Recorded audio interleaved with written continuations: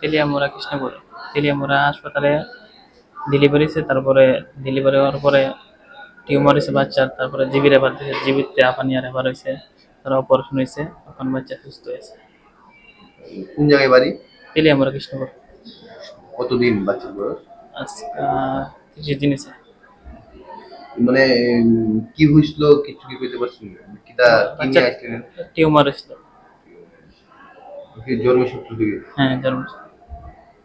এখন কিরকম আছে বাচ্চা? এখন সুস্থ আছে, ভালো আছে। আপনার পরিচয়? নাম? নাম লিটন বিশ্বাস। মায়ের নাম? বাচ্চার মার নাম? ঈশাশীল। ঈশাশীল। বাচ্চাটা এখানে এসেছিল, ওর বয়স যখন 15 দিন ছিল, বাচ্চাটার বয়স যখন 15 ডেজ ছিল, তখন জিবি থেকে, এজেন্সি থেকে এখানে রেফার করা হয়েছে as a case of sacrococcygeal teratoma. মানে এটা একটা জন্মগত টিউমার, যেটা পিছন দিক দিয়ে মানে পায়খানার দ্বার মিলিয়ে একদম বিশাল বড় আকারের একটা টিউমার হয়। এই বাচ্চাটারও সেম হয়েছিল, পিছন দিক দিয়ে বড় আকারের একটা সোয়েলিং, একটা ফোলা ছিল, যেটা টিউমারই স্যাক্রোকক্সিয়াল টেরাটোমা বলি আমরা, জন্মগতভাবে হয়েছিল। তো এটা বাচ্চাটার যখন 15 দিন, তখন আমার কাছে মানে এখানে টিএমসিতে জিবি থেকে রেফার করা হয়েছিল। আমি ভর্তি করে সব ইনভেস্টিগেশন করে এখন মানে আমরা একদিন বা দুদিন পরেই অপারেশন করেছিলাম, কারণ tumour operation as early as possible করাটা খুব উচিত। কারণ যদি একটু লেট হয়ে যায়, ওই টিউমারটা স্পাইনে মানে মেরুদণ্ডে ধরে যায়, মানে মেরুদণ্ডের ভিতরে ঢুকে যায় বা ভিতরে পায়খানা দ্বারে চলে যায়, ঠিক আছে, তো অনেক অনেক কমপ্লিকেশন হয়। ওর বয়স যখন আই থিঙ্ক 17 ডেজ, 17 দিন বা হ্যাঁ 17 দিন, দুদিন পরেই, মানে এখানে আসার দুদিন পরেই আমরা ইনভেস্টিগেশন সব কিছু কমপ্লিট করে দুদিনের পরেই আমরা অপারেশন করেছিলাম। ওই অপারেশন করতে মোটামুটি 2 ঘন্টা লেগেছে, কারণ এই টিউমারটা পায়খানা দ্বার ধরে রেখেছিল, প্লাস নিচে যেখানে আমরা বলি পায়খানা ধরার যে শক্তিটা, স্পিংটার, অ্যানাল স্পিংটারের খুব কাছে ছিল। ওইখান থেকে আমরা ডিসেকশন করে টিউমারটাকে বার করে আনা, এটা একটা বিশাল বড় চ্যালেঞ্জ ছিল, ছোট বাচ্চা যেহেতু। আর ওর বাচ্চার ওজনটাও খুব কম, 1.7 কেজি অনলি, ঠিক আছে। নর্মাল এইসব বাচ্চার ওজন হয় জেনারেলি 2.5 কেজি অ্যাটলিস্ট, কিন্তু এই বাচ্চাটার ওজন ছিল 1.7 কেজি। তো বাচ্চাটার ওজন কম, প্লাস এত বড় আকারের একটা টিউমার, যেটা অপারেশন করে যখন আমরা মাপ দিয়েছিলাম, ওটার টিউমারের ওজন হয়েছিল 100 গ্রাম, 100 গ্রাম।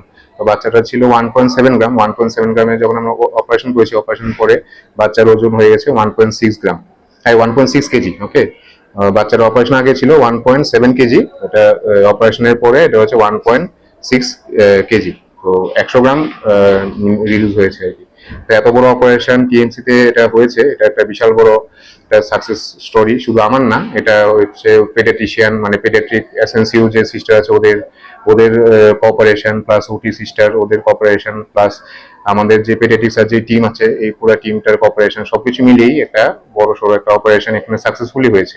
যেটা এই বাচ্চার মধ্যে এই অপারেশনটা কেন মানে খুব সিগনিফিকেন্ট, কারণ বাচ্চাটা হচ্ছে এক নম্বর ওজনটা কম, এবং যখন এসেছিল তখন বাচ্চাটার মধ্যে যে টিউমারটা ছিল এটা অনেকটাই বড় ছিল, এবং ওই টিউমারটা একটা মানে পায়খানা দ্বার এবং পায়খানার যে পায়খানা ধরার যে শক্তি, মানে যে স্পিংটার যে থাকে না, ওখানে খুব কাছে ছিল।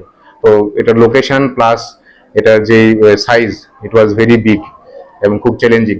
এবং এটা আমরা এখন করে বাচ্চা এখন সুস্থ আছে, বাচ্চা এখন মায়ের দুধ খাচ্ছে, নর্মাল জায়গা দিয়ে পায়খানা করছে, ঠিক আছে। তো it is really a very exceptional case, যেটা আমরা সবাই মিলে ভালো করে তুলতে পেরেছি।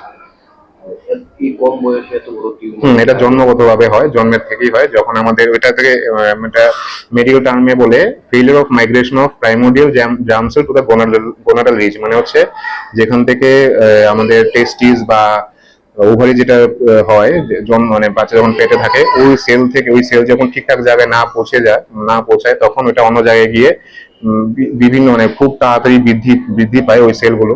তো ওই সেলগুলো বৃদ্ধি পেলে কি হয়, এটা টিউমারে পরিণত হয়। তো এটা একটা জন্মগতই বলতে পারে। বাচ্চার এখন পরিস্থিতি এখন বাচ্চা স্টেবল আছে, ওই জায়গাটাও খুব ভালো আছে এখন।